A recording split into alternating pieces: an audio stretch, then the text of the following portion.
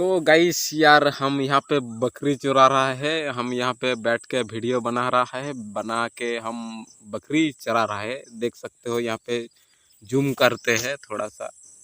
यहाँ पे बकरी देख रहे हो, यहाँ पे है बकरी। हम काले काले देख रहे हैं, उधर सफ़ेद वाला बकरी है, इधर काले वाला बकरी है। यानी कि दोनों ही काला दोनों ही सफ़ेद। हम बकरी को चरा रहा है, चरा के हम क्या बोले यार, बकरी चरा रहा है, यहाँ पे बैठ के वीडियो बना रहा है थोड़ा। तो अकेला अकेला में बोरिंग सा फील हो रहा था ना, इसलिए हम यहाँ पे बैठ के बकरी चरा रहा है। तो stay tune, stay share me the share the in fact the share करो। तो गुड बाय, कल मिलते हैं, कल कल।